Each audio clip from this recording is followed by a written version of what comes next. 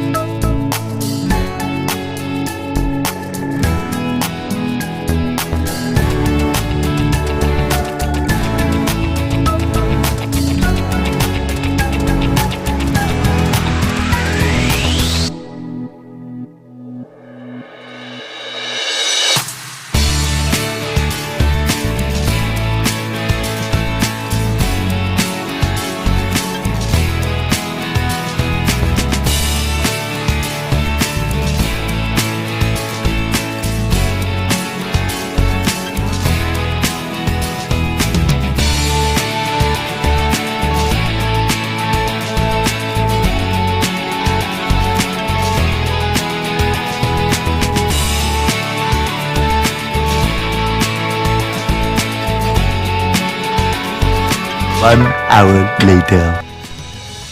At ayan mga dudes, okay na yung poste natin para sa gitna. At tapos na namin i-assemble. Pwede nang itayo. Kaya, ayan, continue lang kayo sa panonood mga dudes.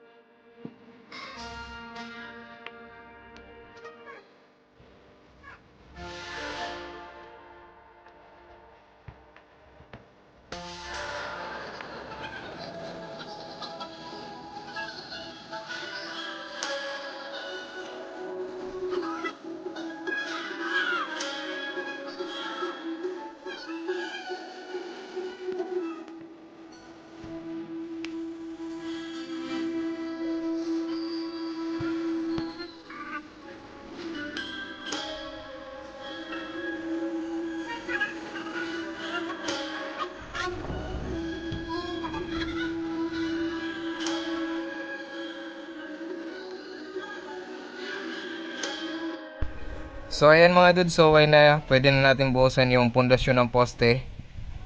At shoutout nga pala kay at sa kanyang pamilya from India. Ayan, maraming salamat sa panonood. At start na tayo sa pagbubuhos ng pundasyon.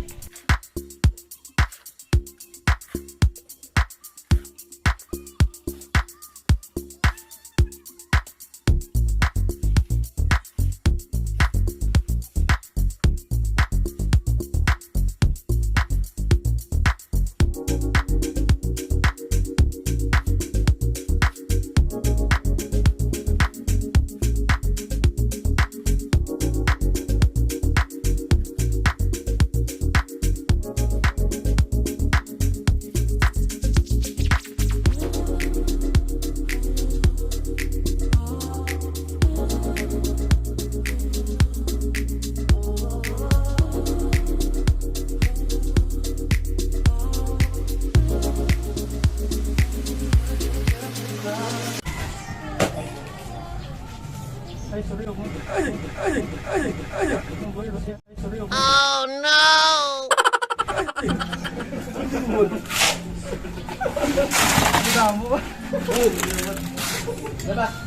Muntik mo na punuin no nga.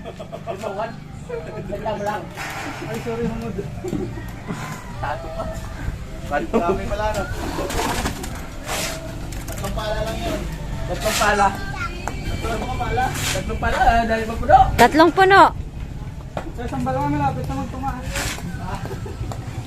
Papa, motor mo.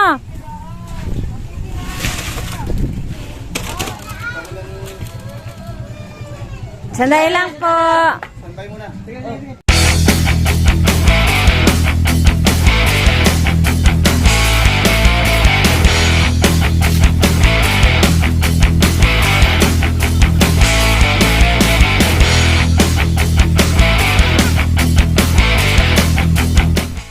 So ayan mga dudes, tapos na kami magbuhos ng poste sa gitna. At bali, naglagay na rin kami ng, nagkasinta kami ng hollow blocks paikot.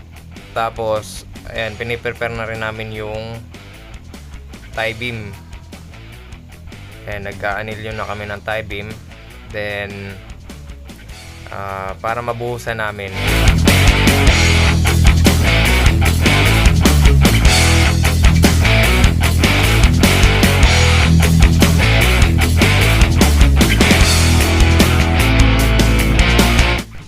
At ngayon mga dudes, naglagay na kami ng forma. Ayan, may mga nalagyan na kami.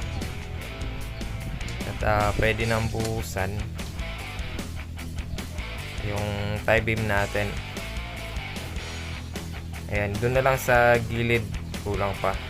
Tapos yung side na to. So ayan mga dudes, kakatapos lang naming magbuhos ng tie beam. And huli dito kasi medyo maliit yung area, wala kaming mapwestohan at kaya nahuli. Ito yung nauna, okay na to.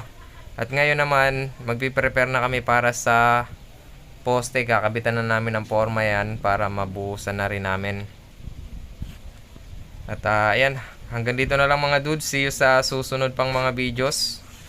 Maraming salamat. Bye bye, God bless and stay safe!